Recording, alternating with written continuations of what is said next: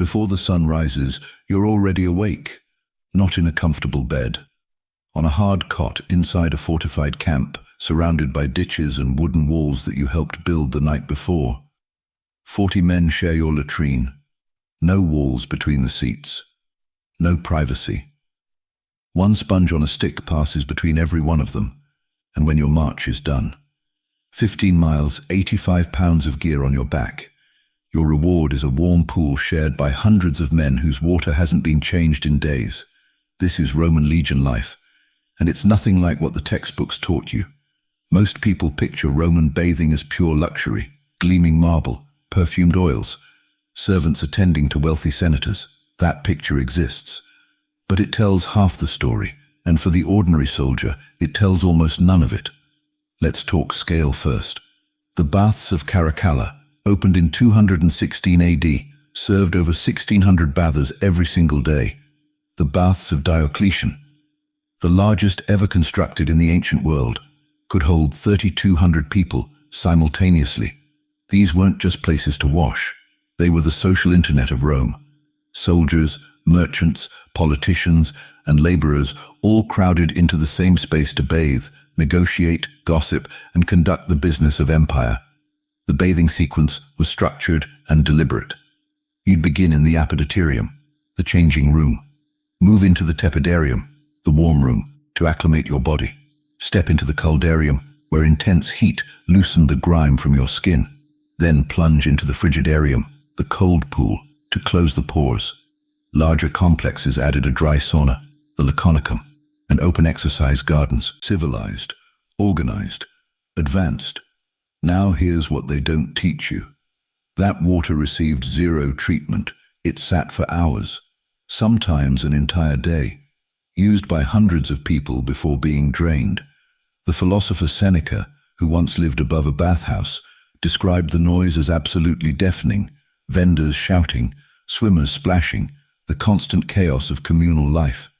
He never once mentioned concern about water quality, not because he was careless, but because the concept of waterborne disease transmission simply did not exist yet. And soap? Forget it. Romans coated their bodies in olive oil mixed with fine sand, scrubbed vigorously, then scraped everything off with a curved metal tool called a strigil. The resulting paste, oil, sweat, dead skin, was actually sold. Famous athletes had fans who purchased their bodily scrapings, believing they held medicinal properties. The encyclopedist Pliny the Elder documents this without a hint of irony. For soldiers stationed at permanent frontier forts, bathing facilities were surprisingly well built. At Vindolanda in northern Britain, archaeologists uncovered the remains of a structured military bath complex. At Aquincum, modern Budapest, Danube legions maintained facilities whose ruins are still being excavated today. The Roman military built baths wherever it planted roots permanently. It was policy, not luxury. The biological problem, however, was invisible to them. Water shared by hundreds of people with no treatment is a highly efficient vehicle for skin infections, eye disease, and bacterial transmission. The physician Celsus catalogued the skin conditions that appeared among communal bathers. He simply had no way to understand why they appeared. That understanding was 18 centuries away, waiting for Pasteur and Koch to discover germ theory in the 1800s. Within their own logic, though, the baths made complete sense. For a legionary arriving after 3 days of forced marching, lowering himself into a warm pool, even a crowded, untreated one, was genuine physical relief. It was also the best option available to them, by a wide margin. If the baths are a culture shock, the Roman latrine is something else entirely. The Romans felt no shame about bodily functions. None. It simply wasn't part of their social vocabulary. Communal latrines. At Ephesus, Ostia, Timgad, Rome itself, were carved marble or stone benches with rows of openings, side by side, with no dividers whatsoever. A standard latrine at a major bath complex seated 12 to 20 people at once. The military fort at Housteds on Hadrian's Wall had a latrine built for 8 to 10 soldiers simultaneously. Legionaries sat shoulder to shoulder, handled their business, and had conversations. It was just another moment in the daily routine. The poets Martial and Lucilius made endless comedic jokes about latrine behavior, completely without embarrassment. The drainage engineering beneath those seats was genuinely impressive. A continuous channel of flowing water, often the runoff water from adjacent baths, carried waste directly into the sewer system. In Rome, that sewer network emptied into the Cloaca Maxima, first constructed in the 6th century BC. Parts of its original route still drain stormwater from modern Rome today. But in 2016, parasitologist Piers Mitchell and his team at Cambridge published something that changed how historians understood Roman sanitation entirely. Analyzing soil samples from Roman latrines across the empire, they found that intestinal parasite rates among Roman populations were no lower than in cultures with no sanitary infrastructure at all. In some regions, they were actually higher. The reason? Biology the Romans couldn't see. Roundworm, whipworm, tapeworm, all transmitted through the fecal-oral route, concentrating dozens of people in a shared latrine, then channeling that wastewater directly into the baths people bathed in, created a near-perfect parasitic transmission loop. The engineering that was supposed to solve the sanitation problem was, in certain ways, making it worse. For soldiers on active campaign, field latrines were simple trenches. Military regulations, documented by the writer Vegetius in the 4th century AD, specified exactly where those trenches should be dug relative to the prevailing wind, so odors didn't blow into the sleeping areas. Vegetius had no idea why latrines placed too close to tents made soldiers sick. He just knew, from centuries of painful experience, that they did. Before we get to the part of this story that will genuinely change how you think about Rome forever, if you're finding this kind of deep, unfiltered history useful, hit subscribe right now and turn on notifications. This channel goes places mainstream history never does. You don't want to miss what's coming next. Now, back to the sponge. There is one object from Roman military life that once you learn about it, you cannot unlearn. The xylospongium. A natural sea sponge attached to a wooden or bone stick. This was the Roman equivalent of toilet paper, practical, logical, and in every way the most advanced option available to them. The sponge cleaned. The stick provided reach. Entirely reasonable. Here's the part that isn't. The sponge was not personal. It was not discarded after use. It was placed in a container of salt water, or at some sites, vinegar or fermented urine, and left there for the next person, and the person after them, and everyone who came through that latrine that day, every day. The Roman philosopher Seneca references the xylospongium in one of his moral letters, describing a Germanic gladiator who chose to kill himself rather than perform for crowds. While being transported to the arena, he slipped into a corridor latrine, jammed the sponge stick down his throat, and suffocated himself. Seneca uses the episode as a meditation on human will and freedom. What most modern readers process a moment later is that that stick was, almost certainly, currently in use by the latrine's other occupants. For Roman soldiers, there was nothing unusual about this. No individual ownership, no alternative, no awareness that a shared porous sponge was redistributing bacterial colonies between dozens of bodies every single day.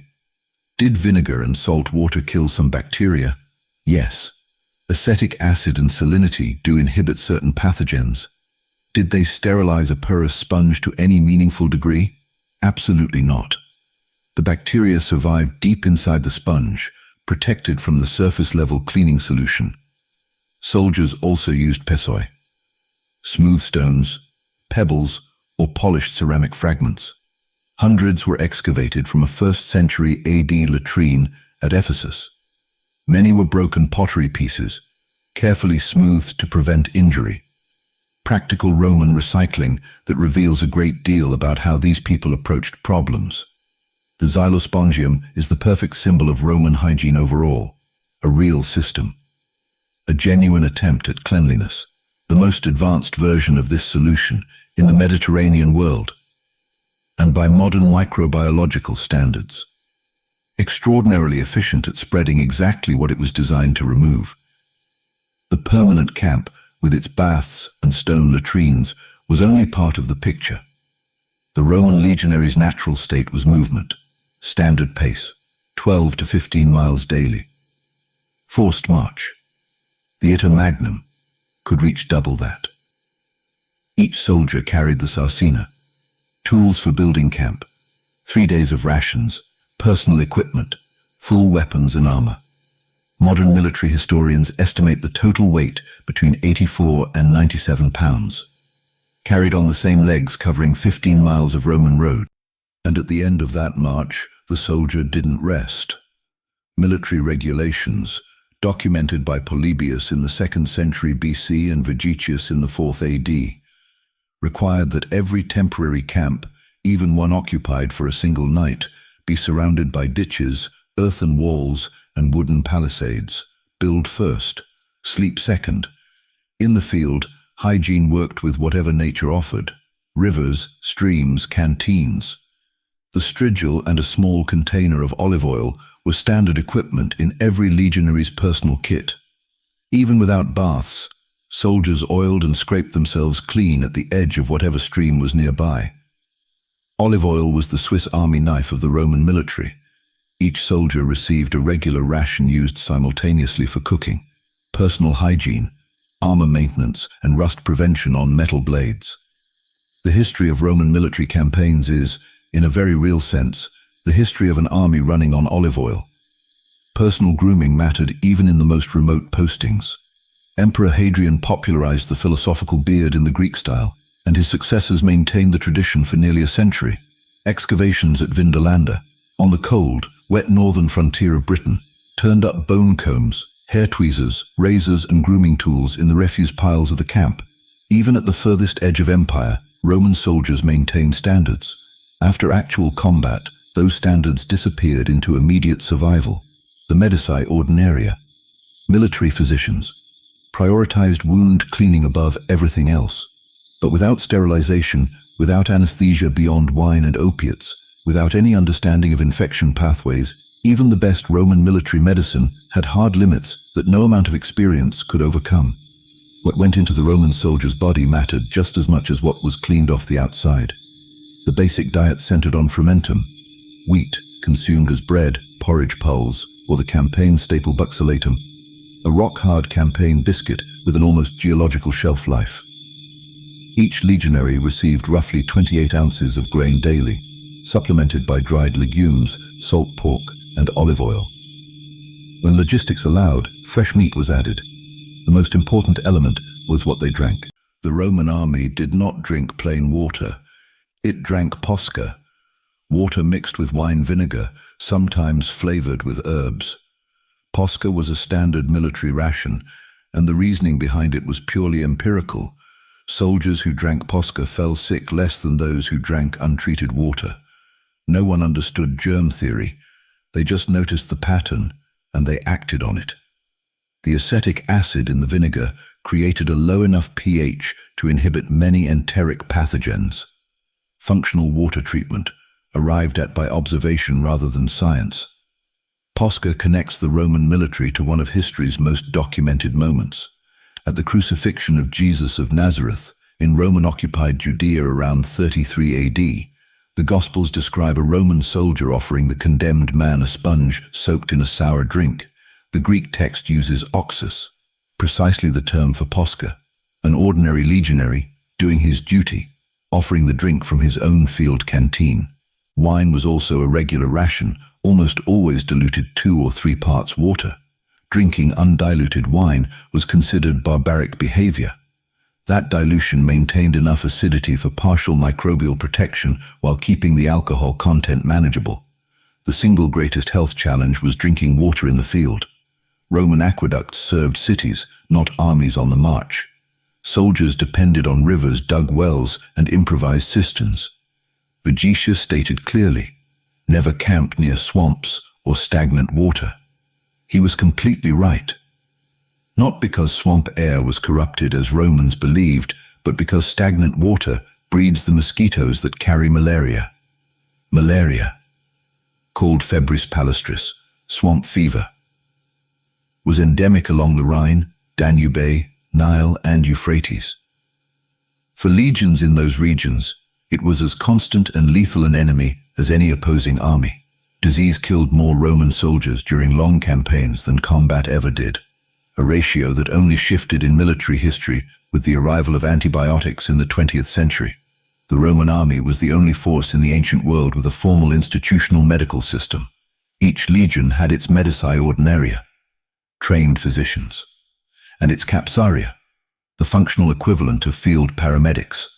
Permanent camps included valtudinaria, military hospitals with dedicated rooms organized by condition type and ventilation systems that genuinely surprised the archaeologists who excavated them at Nous, Carnuntum and Inchtuthiel. Dioscorides, a Greek physician who served under Emperor Nero in the 1st century AD, spent his military years producing De Materia Medica, a pharmacopoeia of over 600 plants with documented applications, dosages, and contraindications. It remained a reference in Western medicine for 15 centuries. Modern science has confirmed the validity of many of his entries: Artemisia for intestinal parasites, garlic as antimicrobial, birch as anti-inflammatory, opium as analgesic. Roman surgery, however, is where the limits become visceral. Cauterization with white-hot iron stopped battlefield bleeding and destroyed surrounding tissue, invited secondary infection, and caused pain that wine and opiates could not meaningfully reduce. Wine and vinegar on wounds worked as empirical antiseptics for entirely correct biological reasons. Honey dressings had genuine antibacterial properties, now understood to come from low pH and enzymatic hydrogen peroxide activity. These correct practices existed alongside poultices made from pigeon dung and animal secretions applied to open wounds, documented in Roman medical texts, which created perfect conditions for lethal secondary infections. Surgical instruments found at Pompeii and across military sites. Bronze scalpels, forceps, retractors, bone saws were technically sophisticated, comparable in many respects to 18th century European medicine. Between surgeries, none of those instruments were sterilized. That concept was waiting for Semmelweis and Lister in the 19th century. The diseases that moved through Roman military camps were relentless: malaria, bacterial dysentery, typhus, tuberculosis, hepatitis, scabies, lice. Fossilized lice eggs were found on clothing from Roman military sites. Tapeworms from undercooked meat and the full range of intestinal parasites that Piers Mitchell's study confirmed were ubiquitous throughout the empire. Roman military service, for all its historical weight, was biologically brutal in ways that no modern recruitment process would permit. Here is the question that defines everything we've covered. How did the civilization with the most advanced sanitary infrastructure in the ancient world still fail to solve the most basic health crises of its own armies? The answer is a concept that didn't exist until 18 centuries after Rome's fall: germ theory.